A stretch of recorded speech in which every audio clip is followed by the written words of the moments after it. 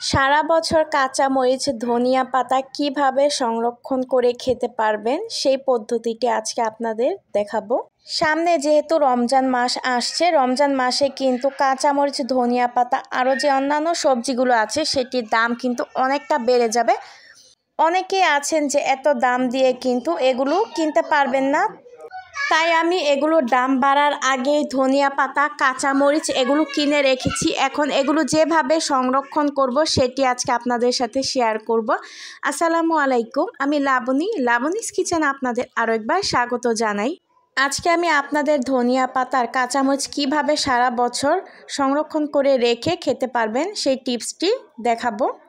প্রথমে হচ্ছে আমি কাঁচামরিচ সংরক্ষণ করব, তার জন্য এখানে আমি কাঁচামরিচ নিয়েছি।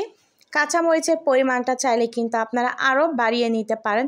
এখন এখান থেকে যে কাঁচামরিচগুলো একটু পাকা বা যে কাঁচামরিচগুলো মানে আধা ভাঙ্গা সেগুলোকে আমি বেছে একটা বাটিতে উঠিয়ে রাখবো। আর যে ভালো কাঁচামরিচগুলো রয়েছে সেটি আমি ডিপ ফ্রিজে ফ্রোজেন করব বা সংরক্ষণ, যেহেতু অনেক দিনের জন্য সংরক্ষণ করব তার জন্য আমি ভালো কাঁচামরিচগুলো বেছে নিচ্ছি। এখন কাঁচামরিচগুলোর বটুগুলো ফেলে নিচ্ছি।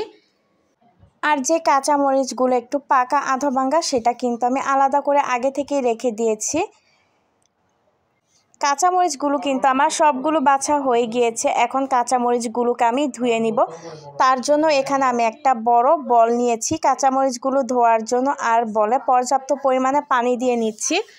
কাঁচামরিচের গায়ে কিন্তু অনেক ময়লা লেগে থাকে, তার জন্য কাঁচামরিচগুলো কিন্তু ভালোভাবে পরিষ্কার করে আমি ধুয়ে নিচ্ছি। কাঁচামরিচগুলো এভাবে আমি 3 থেকে 4 বারের মতো করে ভালোভাবে পানি দিয়ে পরিষ্কার করে ধুয়ে নিব। তারপর একটা ছাঁকনিতে আমি তুলে নিচ্ছি যেন পানিগুলো ঝরে যায়। কিছুক্ষণ এভাবে ধুয়ে আমি রেখে দিব, এতে করে কিন্তু পানিগুলো ঝরে যাবে।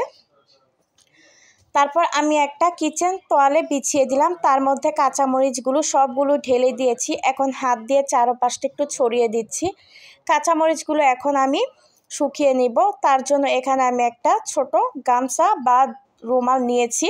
আপনারা চাইলে কিন্তু টিস্যু দিয়ে কাঁচামরিচের গায়ে লেগে থাকা পানিগুলো মুছে নিতে পারেন, কিংবা ফ্যান ছেড়েও কিন্তু কাঁচামরিচগুলো একদম পানিটা শুকিয়ে নিতে পারেন। কাঁচামরিচগুলো কিন্তু একদম রোদে শুকাতে যাবেন না। দেখতে পাচ্ছেন কাঁচামরিচের গা থেকে কিন্তু আমি পানিগুলো শুকিয়ে নিয়েছি। এখন এখানে একটা বক্স নিলাম, তার মধ্যে আমি একটা টিস্যু 2 ভাঁজ করে দিয়ে নিচ্ছি। টিস্যুটা মোটা হলে কিন্তু একটাই দিতে হবে, আর পাতলা হলে 2টি টিস্যু একসাথে ভাঁজ করে দিয়ে নেবেন।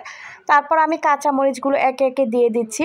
আমার এখানে যতটুকু পরিমাণ কাঁচামরিচ জায়গা হবে সেতটুকু পরিমাণে আমি কাঁচামরিচগুলো দিয়ে তারপর তার উপর আরেকটা টিস্যু আমি ভাঁজ করে দিচ্ছি। এখন আমি বক্সের মুখটা লাগিয়ে দিব। এই টিস্যুটা দেওয়ার কারণ হচ্ছে কাঁচামরিচের গায়ে লেগে থাকা পানিটা কিন্তু টিস্যুটা শুষে নিবে। এইভাবে আমি 1 মাস পর্যন্ত নর্মাল ফ্রিজে রেখে সংরক্ষণ করে খেতে পারবো। তো আমি আরেকটা পদ্ধতি আপনাদের দেখিয়ে দিচ্ছি। এরকম টিস্যু ব্যাগ কিন্তু সবার বাড়িতেই কম বেশি থাকে। এখন আমি টিস্যু ব্যাগের মধ্যে কাঁচামরিচগুলো ভরে নিচ্ছি। তারপর টিস্যু ব্যাগটা মুড়ে একটা পলি ব্যাগে ভরে নিব। এভাবে কিন্তু নর্মাল 1 মাস পর্যন্ত রেখে খেতে পারবেন। যতটুকু আপনার কাঁচামরিচ তরকারিতে দেওয়ার প্রয়োজন অতটুকু নিয়ে কিন্তু বাকিটা এভাবে নর্মাল ফ্রিজে রেখে দিতে পারেন 1 মাস পর্যন্ত। ভালো থাকবে, কিচ্ছু হবে না। তো এখানে আমি আরেকটা বক্স নিয়েছি, এটা এখন ডিপ ফ্রিজে কীভাবে সংরক্ষণ করব সেটি দেখাবো। তো একটা বক্সের মধ্যে আমি কাঁচামরিচগুলো দিয়ে নিচ্ছি। কাঁচামরিচগুলো বক্সে ভরা শেষে এখন আমি মুখটা লাগিয়ে নিচ্ছি। এভাবে আমি বক্সে ভরে ডিপ ফ্রিজে 1 বছর পর্যন্ত সংরক্ষণ করে রেখে খেতে পারবো। আমি আরেকটি পদ্ধতি বলে দিচ্ছি, আপনারা পলি ব্যাগও কিন্তু রাখতে পারেন। তো এখন ধনিয়া পাতা সংরক্ষণ করব, তার জন্য এখানে আমি অনেকগুলো ধনিয়া পাতা নিয়েছি। ধনিয়া পাতাগুলো এখন আমি গোড়াটা বেছে নিব, মানে শুধু যতটুকু পাতা আগাটা আছে অতটুকু আমি বেছে নিচ্ছি, গোড়াটা ফেলে দিচ্ছি। অনেকে কিন্তু ধনিয়া পাতা গোড়া সহ খায়, তো আমার কাছে সেটা ভালো লাগে না, বিধায় আমি পাতার অংশটুকু নিয়ে নিচ্ছি। তো ধনিয়া পাতাগুলো সবটা আমার বাছা হয়ে গিয়েছে। এখানে কিন্তু অনেক মরা ধনিয়া পাতা থাকে, সেটা ফেলে দিবেন। এখন ধনিয়া পাতাগুলো ভালোভাবে পরিষ্কার করে ধুয়ে নিব পানি দিয়ে। তো কিছুক্ষণ সময় নিয়ে কিন্তু ধনিয়া পাতাগুলো ধুয়ে নিতে হবে, কারণ ধনিয়া পাতাতে অনেক বালু থাকে।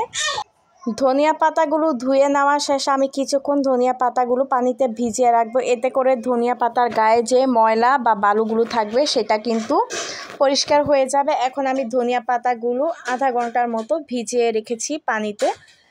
তো পানিতে ভিজিয়ে রাখার পর আমি একটা ছাঁকনিতে ধনিয়া পাতাগুলো উঠিয়ে নিচ্ছি যেন পানিগুলো ঝরে যায়। তো কিছুক্ষণ এভাবে আমি রেখে দিব, এতে করে ধনিয়া পাতার গায়ে যে পানিগুলো থাকবে সেটা কিন্তু সম্পূর্ণটা ঝরে যাবে। এখন ধনিয়া পাতাগুলো আমি একটা ছুরি দিয়ে কেটে নিচ্ছি। আপনারা চাইলে কিন্তু মোটা করেও কেটে নিতে পারেন, একবারে যে কুচি করে কেটে নিতে হবে এমনটা না, মোটা করেও কিন্তু যে কোনোভাবে আপনারা কেটে নিতে পারেন। আর হ্যাঁ, একটা কথা বলে দিচ্ছি, এভাবে কিন্তু কেটে ধনিয়া পাতা আপনারা পলিথিনে ভরে কিন্তু নর্মালে একদমই রাখতে যাবে না, তাহলে কিন্তু পচে যাবে। এটা হচ্ছে আমি সারা বছর যে ডিপ ফ্রিজে সংরক্ষণ করব সেই পদ্ধতিটা দেখিয়ে দিচ্ছি। এখন একটা বক্সের মধ্যে এই কুচি করে রাখা ধনিয়া পাতাগুলো রেখে দিচ্ছি। এখন বক্সের মুখাটা আমি লাগিয়ে দিব। এভাবে আমি ডিপ ফ্রিজে 1 বছর পর্যন্ত রেখে সংরক্ষণ করে খাবো। বা আপনারা চাইলে কিন্তু পলি ব্যাগেও এভাবে ধনিয়া পাতাগুলো সংরক্ষণ করে রেখে খেতে পারেন। আমি একটা পলি ব্যাগ নিয়েছি, তার মধ্যে এখন আমি বাকি ধনিয়া পাতাগুলো রেখে দিচ্ছি। পলি ব্যাগে করে কিন্তু আমি ডিপ ফ্রিজে 1 বছর পর্যন্ত সংরক্ষণ করব। পলি ব্যাগে রাখার কারণটা বা একটা সুবিধা হচ্ছে যে আপনার জায়গা কম লাগবে, কিন্তু বক্সে করে রাখলে জায়গাটা বেশি লাগবে। তো সেটা আপনার ইচ্ছা, আপনি যেভাবে রাখতে পছন্দ করেন সেভাবে রাখবেন। ভিডিওটি ভালো লাগলে প্লিজ একটি লাইক দিয়ে আমার চ্যানেলটি সাবস্ক্রাইব করে দেবেন। আজকের মতো এখানে বিদায় নিচ্ছি। সেই পর্যন্ত সবাই ভালো থাকবেন, সুস্থ থাকবেন। আল্লাহ হাফেজ।